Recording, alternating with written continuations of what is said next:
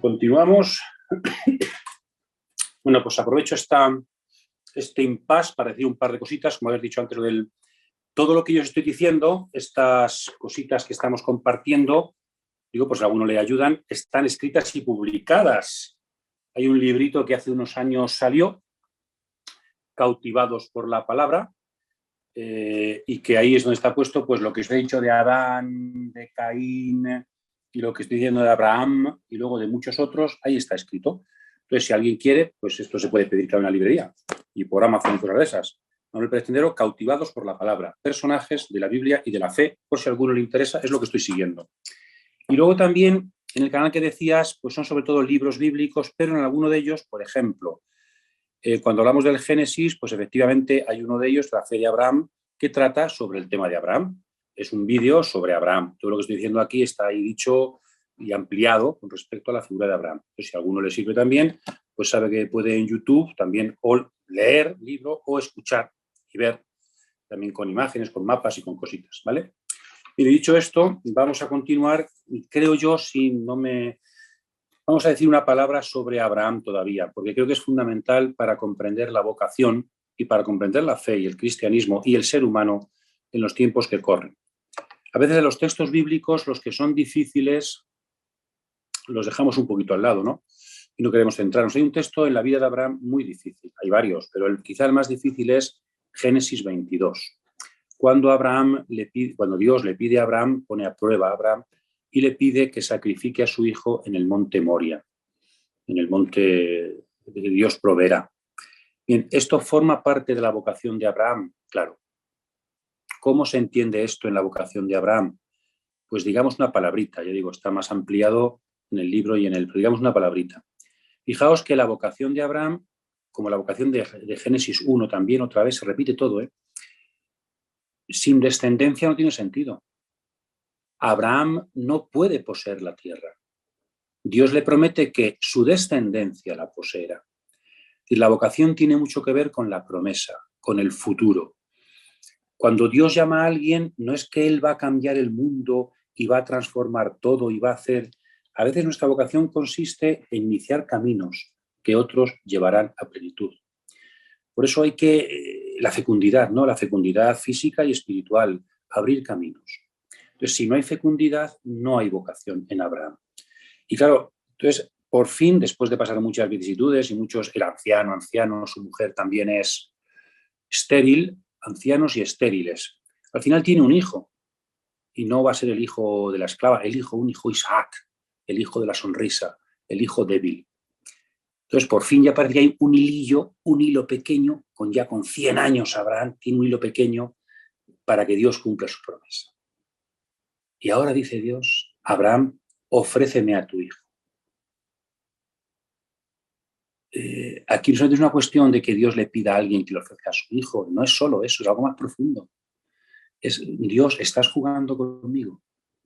Yo no te pedí hijos, no te pedí a Isaac, sino que tú me prometiste cosas y me has regalado un hijo para cumplir. Entonces me estás pidiendo que rompa el hilo del futuro, que rompa la puerta abierta a la vocación que tú, sin yo pedirla, me has dado.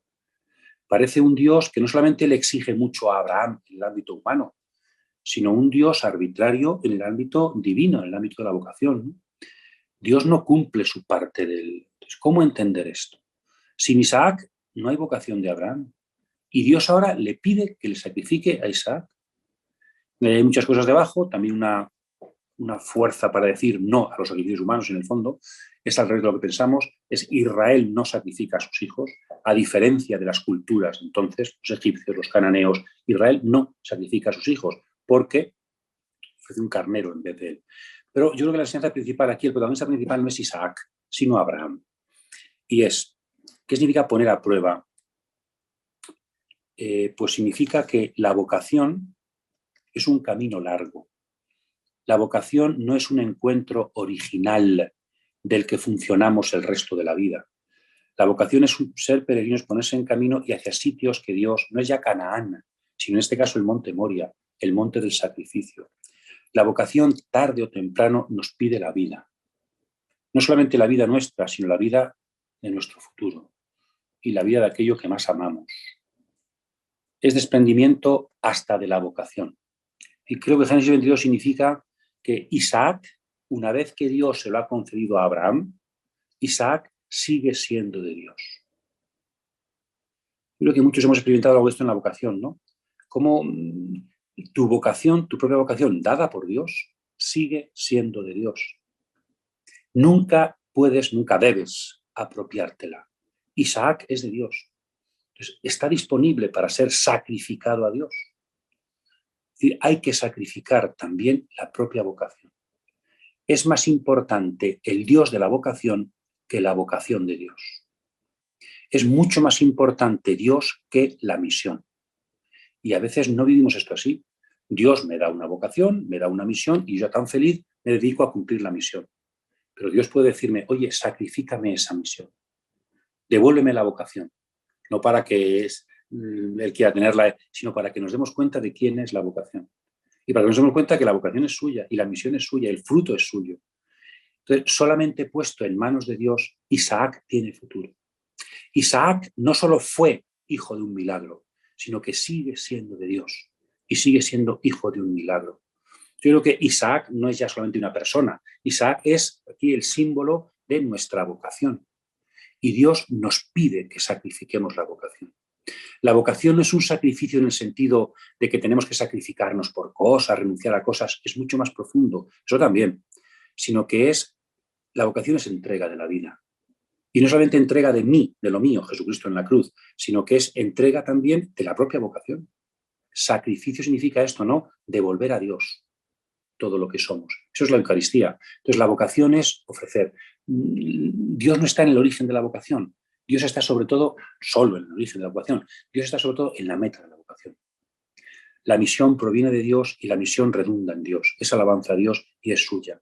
Creo que en Génesis 22 tenemos muchas cosas, pero entre otras esa preciosa enseñanza sobre los caminos difíciles de la vocación, que será siempre obediencia, superación de la prueba, confiar en Dios más allá de la muerte. ¿Y por qué hay tanta confianza en Abraham? Sabemos que Isaac es de Dios, no mío. Abraham podía haberse quedado con Isaac y lo habría retenido durante una vida, pero en cambio no, sabe que es de Dios. Y en Dios tiene más futuro que consigo mismo. Sacrificada nuestra vida, tiene más futuro que apropiada, aunque sea para cosas buenas. La vocación es sacrificio. La vocación es entrega de la vida. Esto quería decirlo para acabar con el tema de Abraham, ¿no? Y también, porque luego no dará tiempo, me gustaría decir algo de la libertad que hemos dicho antes con respecto a María. Abraham es el creyente, el padre de los creyentes del Antiguo Testamento, el padre y el modelo. María es la madre y modelo de los creyentes del Nuevo Testamento, de los respondientes, de los vocacionados. Y quería preguntaros o haceros pensar, reflexionar sobre el sentido que tiene el dogma de la Inmaculada Concepción, que sabéis que se proclamó en el siglo XIX, pero no es un invento del siglo XIX, sino que es muy antiguo, pero solo se proclamó en el siglo XIX porque entonces se entendió bien. La gente entendía mal este dogma y por eso no se pudo proclamar, porque sería proclamar un error malentendido. Entonces, cuando se entendió bien, no es que María no necesite la redención de Jesús, sino que Jesús redime a María antes de pecar María.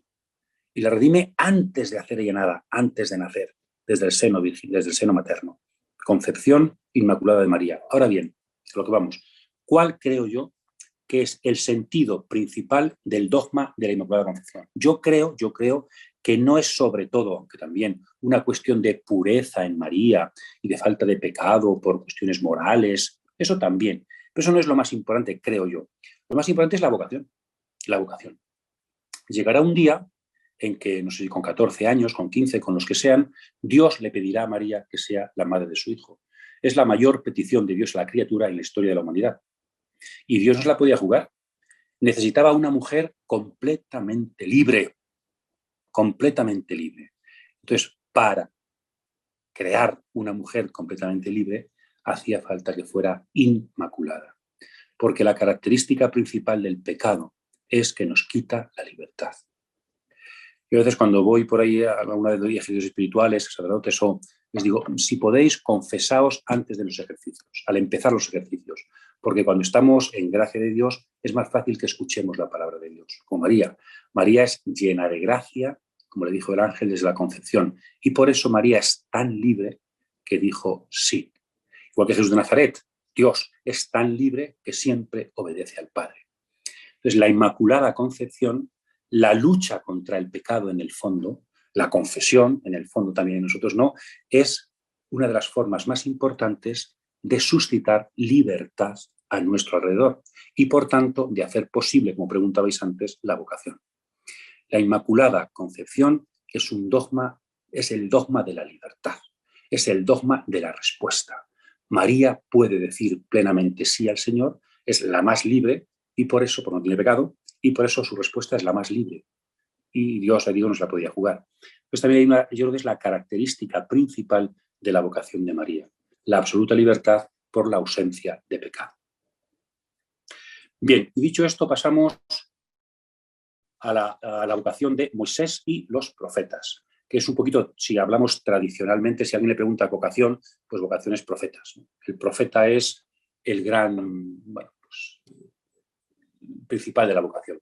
Pero vamos a hablar de los profetas y de Moisés, porque en la Biblia se presenta a Moisés como primer profeta, o mejor dicho, se presenta a los profetas como continuadores de Moisés. De leer, si queréis luego, si tenéis tiempo, esto sería muy, los textos que os doy no es sino para que luego los trabajéis, porque la Biblia lo importante es leerla. Deuteronomio 18. Ahí se nos dice en el capítulo 18 por qué nacen los profetas. Dios suscitará profetas para que el pueblo de Israel no tenga que consultar a agoreros, adivinos, horóscopos, pájaros que vuelan, tripas de animales, no. Consultad el oráculo de Yahvé. Y por eso suscitaré profetas como tú, Moisés. Moisés muere, pero Dios quiere, Moisés es el mediador entre Dios y el pueblo, ¿no? Dios quiere continuar siendo el que conduce al pueblo a través de la palabra. Por eso va a suscitar profetas como tú. Es decir, el profeta participa en la misión mediadora de Moisés para buscar la voluntad de Dios. Entonces, Moisés sería el primer profeta o los profetas serían los continuadores de la obra de Moisés. Y por eso Moisés aparece llamado y los profetas aparecen llamados. Y aparecen relatos de vocación, que es todo un género literario en la Biblia. De hecho, en Moisés aparecen hasta dos llamadas. Hay dos tradiciones sobre Moisés, Éxodo 3 y Éxodo 6, ¿no? Se repite dos veces la llamada de Moisés, igual se repite dos veces la vocación de la creación del ser humano o la alianza con Abraham o el diluvio, bueno, muchas cosas. En la Biblia se repiten muchas cosas, sobre todo el Pentateuco. Nos fijamos en el primer texto, Éxodo capítulo 3. Y vamos a hablar de cuál es el esquema de la vocación, que si queréis luego os invito a trabajar, poner en una columna el texto de Moisés, Éxodo 3. En otra columna el texto de Isaías 6, vocación de Isaías. En otra columna el texto de Jeremías 1, vocación de Jeremías. En otro la vocación del segundo Isaías, del Isaías 49. En otra columna el texto de la Anunciación a María, que tiene el mismo esquema. La Anunciación es un relato de vocación, o se parece mucho al relato de vocación, es el mismo esquema. Entonces, que pongáis, yo voy a decir teóricamente los pasos, y luego vosotros vais poniendo, en vuestra casa cuando trabajéis o en diálogo en grupo, vais poniendo los pasos de la vocación. Y de esa forma podemos aplicarnos también, luego la última columna sería la mía, a lo mejor, como pues, los pasos de la vocación. Estos pasos no se desarrollan en un instante, sino que son un proceso. Cuando se cuenta la vocación de María o la de San Pedro, también Lucas capítulo 5, pues se cuentan juntos, pero no siempre suceden juntos, sino que es un proceso. Bien, ¿cuáles son esos pasos? Nos fijamos sobre todo en Éxodo 3, que lo habéis leído, lo habéis trabajado, nos fijamos sobre todo en él. ¿Cuáles son los pasos de la vocación? Si leemos Éxodo 3. Todas las vocaciones son diferentes, ahora diremos alguna palabra sobre la diferencia, pero tienen un esquema común. ¿Por qué se repite el esquema? Porque Dios siempre llama con las mismas claves. Entonces, para discernir vocaciones, ¿tendré yo vocación? Padre, cuando te consultan a un sacerdote, ¿cómo ayudar a un sacerdote, a alguien, un acompañante, a alguien en la vocación? Pues viendo si van cumpliéndose en esa persona las claves de toda vocación. Porque Dios sigue llamando siempre con las mismas claves. Vamos a ver cuáles son esas claves, que en el fondo son claves teológicas, pero que están expresadas en claves literarias, en un género literario que es el relato de vocación. Primero, ya digo, Éxodo 3, ¿no? Teofanía, manifestación de Dios. En toda vocación tiene que haber un encuentro con Dios. Si la vocación es obediencia, si la vocación es escucha, si la vocación es llamada de alguien de fuera, pues tiene que haber un encuentro. Un encuentro que es en las circunstancias propias de la vida, pero un encuentro con la divinidad, un encuentro con el misterio, un encuentro con el Dios que nos sorprende y nos desborda. Moisés fue a raíz de una zarza que vio. Isaías fue en el templo. María fue en su casa. El ángel entró en su presencia. El dónde, bueno, la samaritana fue junto a un pozo. Juan capítulo 4. María Magdalena fue en la puerta del sepulcro. Juan capítulo 20. Pues el dónde, bueno, tampoco tiene por qué ser un instante solo, sino que pueden ser varios instantes en mi vida, pero cómo Dios me sale al encuentro, cómo ahí hay un misterio. Moisés ve la zarza ardiente y le llama la atención, es un fenómeno raro pero humano. Pues también puede ser que en mi vida pues haya habido zarzas ardientes, algo que me ha llamado la atención y yo me acerco a ver qué pasa con esto. Dios siempre me llama a través de pequeños signos, entonces me acerco a ver. Entonces Dios le habla a Moisés, descálzate, porque el terreno que pisas es sagrado. Tienes que saber que esto es eso, una experiencia de Dios, no es algo tuyo. Eso es muy importante. La vocación, la experiencia de la vocación no es algo mío, no es algo que yo me como, me bebo. Aquí en los seminarios, el año propedéutico sobre todo sirve para esto, debería servir para esto, ¿no? Un chico tiene inquietudes vocacionales. Entra al seminario y se pregunta, ¿esto es mío o es de Dios? Es el discernimiento de Ignacio de Loyola. ¿Esto es del maligno, del malo? ¿Esto es mío, las mociones, o es de Dios? Discernimiento es eso. ¿Qué quiere Dios? Entonces no es mío. Tiene que ser que Dios me llame, que Dios a través de zarzas ardientes o a través de, bueno, pues me salga al encuentro, ¿no? Dios me sale al encuentro y tengo experiencia de algo sagrado, que está más allá de mí mismo. Bien. En segundo lugar, el esquema de la vocación, Dios me da una misión. Dios no me dice, pues te quiero mucho y ya, no, sino que Dios siempre llama a alguien para algo. La vocación es una tarea. Y aquí es donde metemos, hemos dicho antes, ¿no? El tercero en la misión. A Moisés le dice, pues el clamor del pueblo de Israel, esclavo en Egipto, ha llegado hasta mí. Por lo tanto, voy a liberarlo. ¿Cómo? Por tu medio. A veces, por ejemplo, pues hay jóvenes que rezan mucho por la vocación y al final dice Dios, efectivamente hacen falta vocaciones, he pensado que seas tú. ¿Cómo yo? Pues sí. Es decir, ¿por qué hacen falta vocaciones? Te llamo. ¿Por qué hace falta que los enfermos sean cuidados? Te llamo. ¿Por qué hace falta que esta persona sea? Pues te llamo. Una película muy bonita, Qué bello es vivir, que todos conocéis, de Frank Capra, donde al fin, la vocación, que es la historia, si me preguntara una película sobre la vocación, esa es la mejor película sobre la vocación. Este hombre va renunciando a cosas por amor, porque se le ponen delante necesidades, hasta su matrimonio, es por llenar la vida de una mujer. Bien, qué bello es vivir. Con James Stewart, ¿verdad? De Frank Capra. Un cuento de Navidad precioso. Entonces, la vocación siempre es servicio a alguien. Dios ha pensado en alguien y por eso te llama. Cuidado, no es tu amor. A ver, si yo veo que hay pobres a los que hay que evangelizar, eso puede ser circunstancia de la vocación, pero nunca, creo yo, nunca causa de la vocación. Lo que mueve la vocación no es mi amor a los pobres, ni mi amor a los demás, sino el amor de Dios, que puede manifestarse en mí por una inquietud que yo tengo por los pobres o por misiones. Claro que sí, pero esa inquietud mía no puede ser nunca, creo yo, la causa formal de la vocación. No sería una vocación. Sería una autorrealización, aunque sea bueno. No todo lo que no es vocación es malo. Muchísimas cosas buenas, pero no es vocación. Eso sí, mi inquietud por los enfermos, mi inquietud por las misiones, mi inquietud puede ser la zarza en la que Dios se introduce en mi vida para llamarme.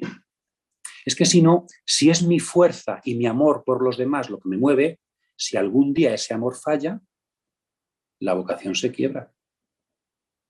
Para personas muy entregadas, muy amantes, que cuando falla eso, como eso es la causa formal de la vocación, yo te lo comparáis con un señor centinela, ¿no? Un señor que está en el ejército y le pone de centinela. Hasta que el teniente no te diga que te quites de centinela, tú estás de centinela, porque estás por obediencia. Ahora, si estás de centinela porque te gusta, Porque no te duermes, pues el momento en el que no te guste, te quitas. Si la vocación es fruto de tu gusto, aunque sea un gusto entregado, pues depende de ti. Y el día en que no tengas ese gusto y en que te canses pues te retiras.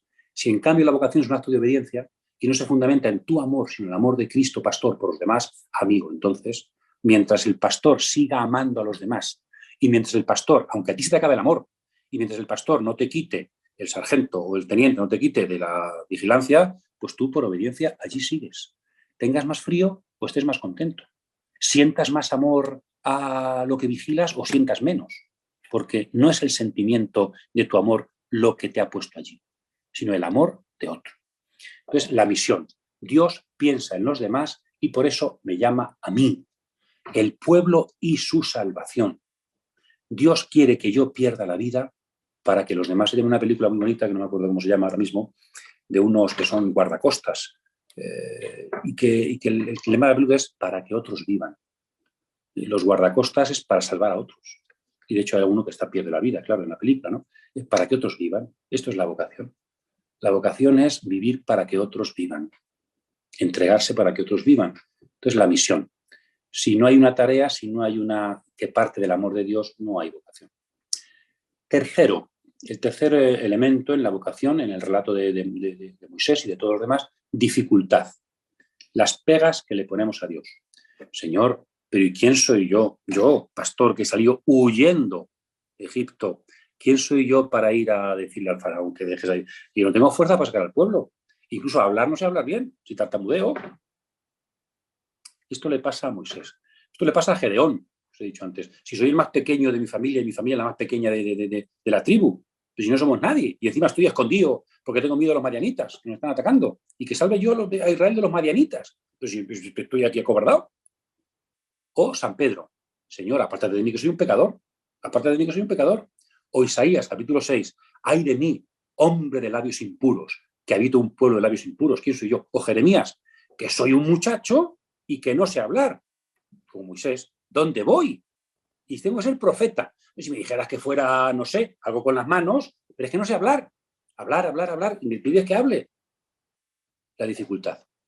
No hay, o en Isaías 49, me he fatigado por nada. No hay fruto en mi vida. No hay, es decir, la dificultad forma parte estructural de la vocación.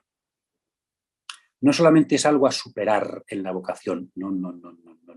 Es algo estructural. Si alguien viene a pediros discernimiento y en su proceso vocacional no hay dificultades, no tiene vocación. O sea, la dificultad para la vocación es necesaria para la vocación.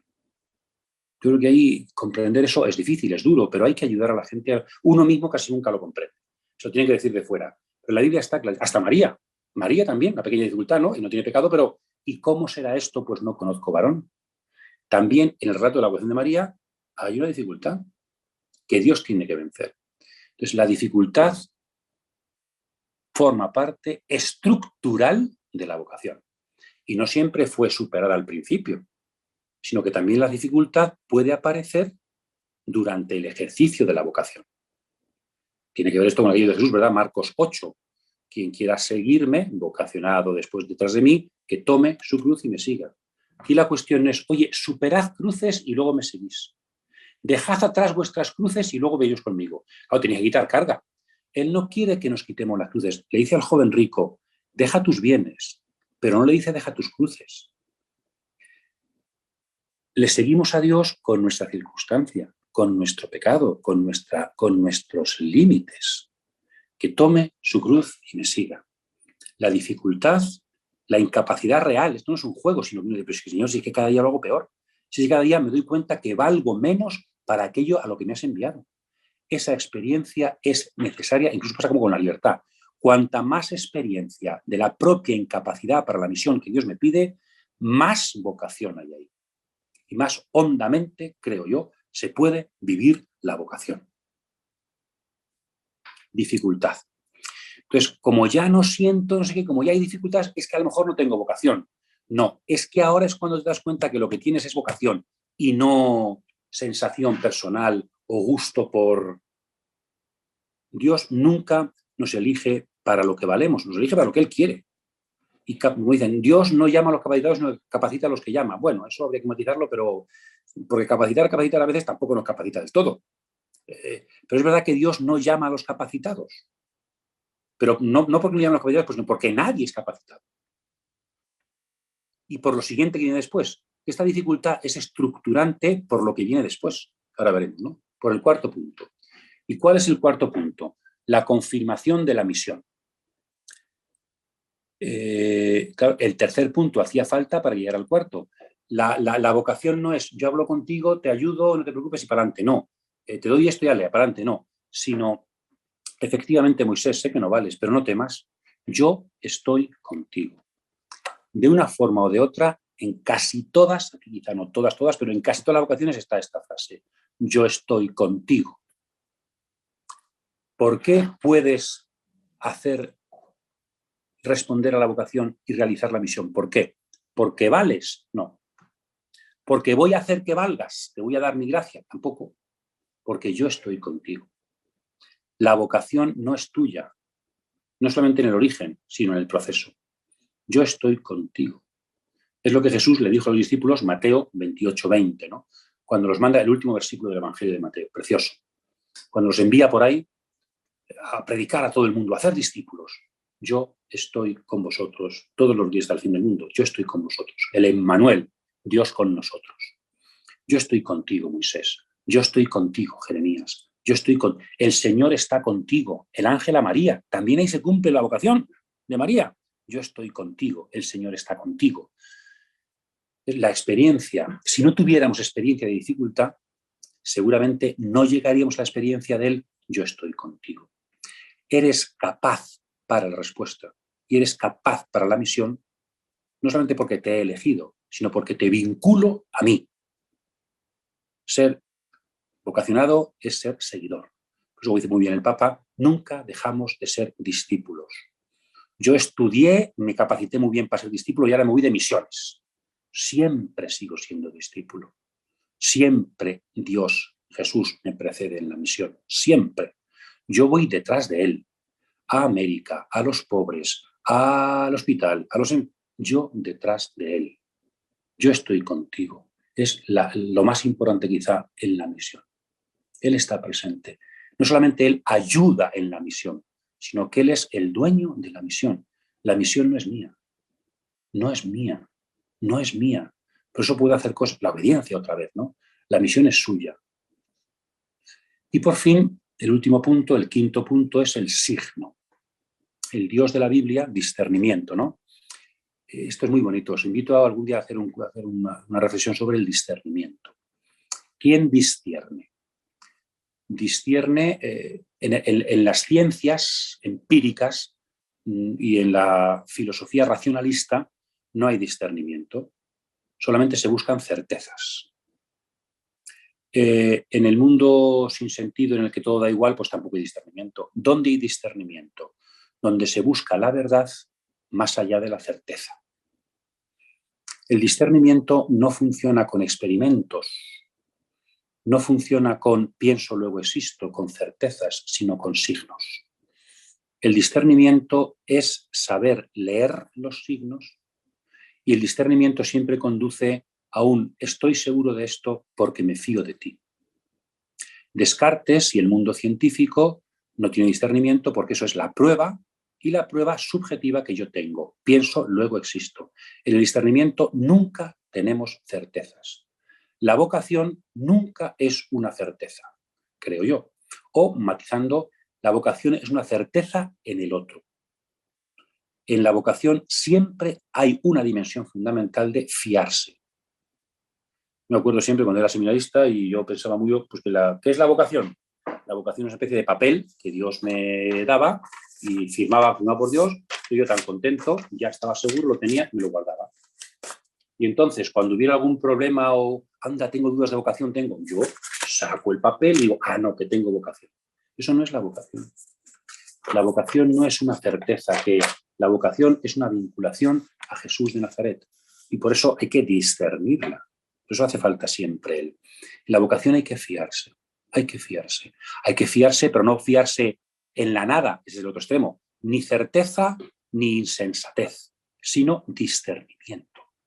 No se discierne sobre cosas evidentes ni sobre nubes, se discierne sobre signos. Por eso Dios da signos. Acordaos, precioso, del oráculo del Emmanuel, precioso, justo después de la vocación, además, Isaías 7.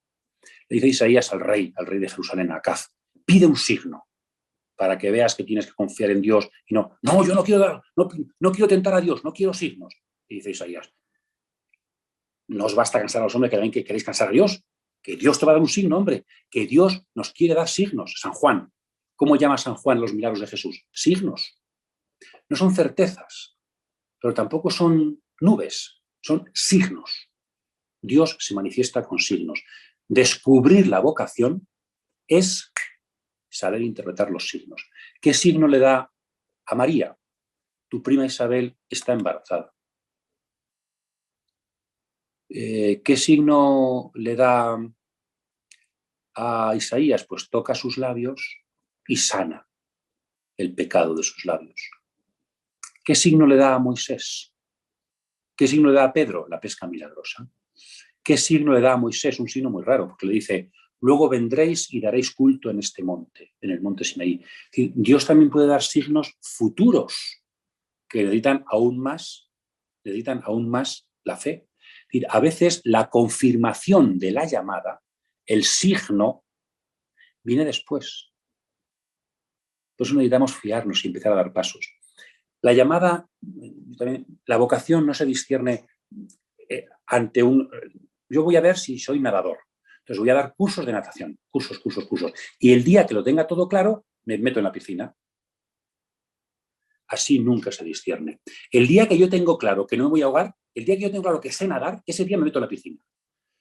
Pues así, y es que esto pasa, hay muchos jóvenes y muchos cursos y padres, y es que vamos a capacitarnos y luego ya, cuando estemos seguros, eso es una insensatez, es una estupidez, con perdón, en la vida. Eso, la vida no funciona así. ¿Cómo se aprende a nadar? Pues algún cursillo teórico, sí, pero en la piscina. ¿Cómo se aprende a conducir? Pues con un señor al volante que no sabe conducir por las calles. Eso sí, con uno al lado que le ayude. Pero tiene que conducir. ¿Cómo se aprende la misión? Pues ¿cómo se discierne la vocación? Voy a ver si tengo que cruzar el río o no. Y cuando lo sepa, no, tú empiezas a cruzar el río. ¿Cómo sé si me caso con esta? Yo no salgo con una cosa que se parece mucho a la vocación. Imaginaos cuando la gente se casa, los noviazgos que existían antes y que esperemos que eso que siga existiendo, los noviazgos. Pues yo conozco una chica de primeras. Digo, no, yo con esta chica no salgo hasta que no discierna si es la que Dios quiere para mí. Es una estupidez. Con perdón, yo con esta chica no sé si me voy a casar con ella o no, pero me atrae tal, quedo con café, luego quedo no sé qué. El discernimiento se hace, no es yo primero tengo claro con Dios, solo Dios y yo, a ver si es mi futura esposa, y luego entonces empiezo a ir con ella. No, el discernimiento se hace en acto, en camino, igual que Abraham se puso en camino y ya te mostraré la tierra, pero ponte en camino. En el sillón no se hacen discernimientos, ni siquiera solo en el oratorio. No, en la vida, rezando la vida, discerniendo la vida. Pero hay que discernir la vida. Los signos de Dios son en la vida. Entonces, cuando no hay vida, no hay signos. Y si no hay signos, no hay vocación. Entonces, no podemos esperar sino hay que confiar, ponerse en camino, y a lo mejor la confirmación. Hay mucha gente, yo conozco matrimonios, que después de años de casados están descubriendo su vocación matrimonial. O sacerdotes, San Pedro mismo en el Evangelio de Juan, que después de mucho tiempo de estar con Jesús descubre que es un discípulo. Y muchos sacerdotes que han profundizado en su vocación después de ordenarse, los hay también. No es que fueron insensatos, pero sí que es verdad que la hondura de la respuesta no tiene nada que ver, porque han visto signos después. Y los signos no siempre van antes. Eso tiene que ver más bien con las certezas, ¿no? Los signos a veces, como en el caso de Moisés. Bien, por tanto, estos son las 5 claves, creo yo, para toda vocación. Entonces la pregunta es, ¿y mi vocación? Tiene también estas claves. No en un momento, en un día de mi vida, sino en el proceso. Mi proceso vocacional tiene estas 5 dimensiones, porque entonces seguramente es que estoy llamado a la vocación. Bien, y digamos ahora una palabrita muy rapidita sobre, bueno, no la voy a decir tampoco creo, porque no la voy a decir porque no queda tiempo. Lo que voy a decir para concluir, porque es la una casi, pues si quieres hacer alguna pregunta, para concluir nos quedaría hablar un poquito de María, que ya he hablado, nos quedaría hablar un poquito de algún profeta, que bueno, pues en el libro si queréis lo tenéis, y la característica de cada profeta, ¿no? Un profeta es más pues, disponible, otro profeta es más, bueno. Y también nos quedaría un poquito, pues la samaritana es un encuentro precioso, la sed, la vocación y la sed. Pues María Magdalena, la vocación y el amado, la vocación y el amor, muy bonito en Juan 20. Pero querría terminar, si os parece bien, luego si una pregunta quería decir algo, me quiero salir un poquito de la Biblia en el sentido siguiente. Creo que las vocaciones bíblicas están muy bien ahí y pueden ser aplicadas a mí. Y es muy bonito, hemos estado haciendo eso, hablar del contenido de la Biblia. Entonces yo análogamente puedo aplicarme los textos, pero hay algo, quiero ir un poquito más allá. La Biblia no es solo la palabra de Dios, no solo vale, no es solo eficiente, porque me da modelos de vocación y me da contenidos para discernir, sino que la Biblia en sí misma, como acontecimiento, es llamada para mí. No solo dentro de la Biblia hay llamadas y yo me las aplico, sino que el hecho de abrir la Biblia y leerla de forma creyente, aunque no sea un texto de vocación, eso ya es un acto vocacional. Porque ¿qué es la Biblia? Palabra de Dios. ¿Y qué soy yo? Creyente que escucha. Es la vocación. Cada vez que leo la Biblia, de alguna forma se está realizando un acto vocacional, que la leo con espíritu creyente para obedecer, para rezar, una lectura creyente, evidentemente, ¿no?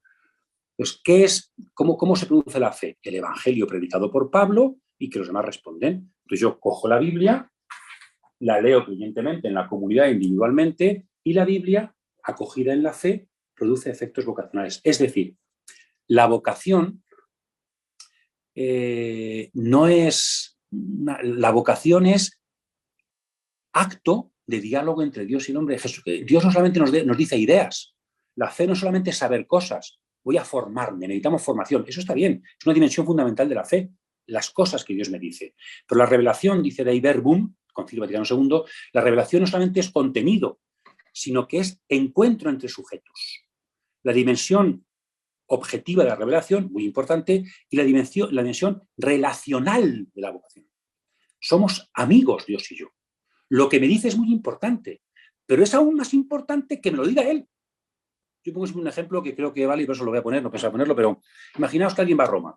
Alguien va a Roma y está con el Papa, un amigo vuestro, y vuelve. A ver qué os dice. Voy a poneros dos casos, a ver cuál es más verosímil. Caso A. Oye, Antonio, he estado en Roma y me han dicho que la Iglesia hay muy perspectivas de futuro vocacionales preciosos, preciosos. Me vengo feliz porque me han dicho esto en Roma. Anda, qué cuánta alegría. ¿Y quién te lo ha dicho? Me lo ha dicho el Papa. Oh, fíjate qué interesante. Caso A.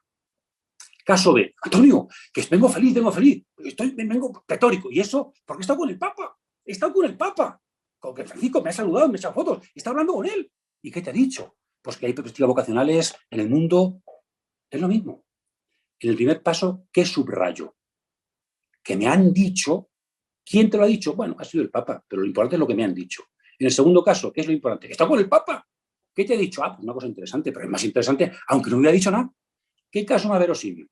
Si tienes un amigo que venga de Roma, que diga lo primero o lo segundo. Lo segundo, seguro. ¿Está con el Papa? ¿Está con el Papa? Pues igual nosotros, en la oración. ¿Qué es más importante? ¿Lo que Dios me dice en la oración o que he estado un rato con Dios? He estado un rato con el Papa. Pues Dios es un poquito más importante que el Papa. Pero lo importante de la vocación, lo importante de la oración, lo importante de la relación con Dios, son dos cosas, claro que sí. Pero es más importante el hecho de que Dios me hable que lo que Dios me dice.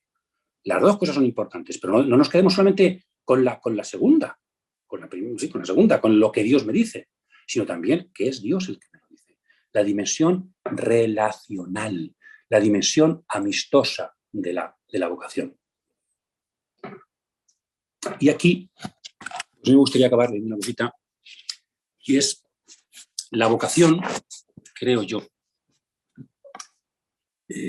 se fomenta. ¿Por qué también faltan vocaciones? Porque hay poco contacto directo con la palabra de Dios. Al saber oír la palabra detrás de los textos, hago posible el milagro de la llamada.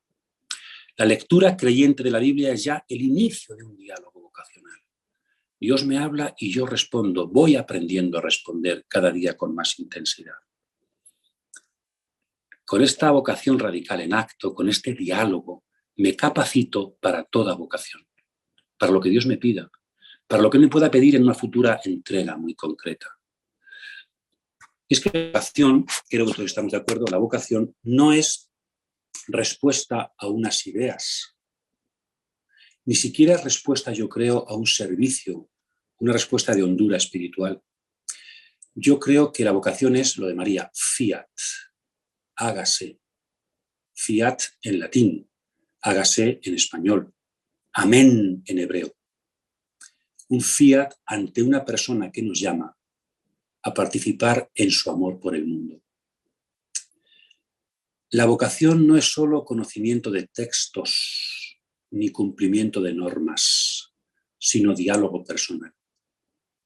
Y ahí radica el uso de la escritura en la oración, en la catequesis, en las homilías. Poner a la gente en contacto directo con los textos, con la palabra. Dejar que Dios nos hable. Dejar que su palabra, no las ideas del catequista, las ideas del sacerdote, ni siquiera las ideas solo de la Biblia, sino que Dios me toque el corazón y haga posible la respuesta, como en María de Nazaret.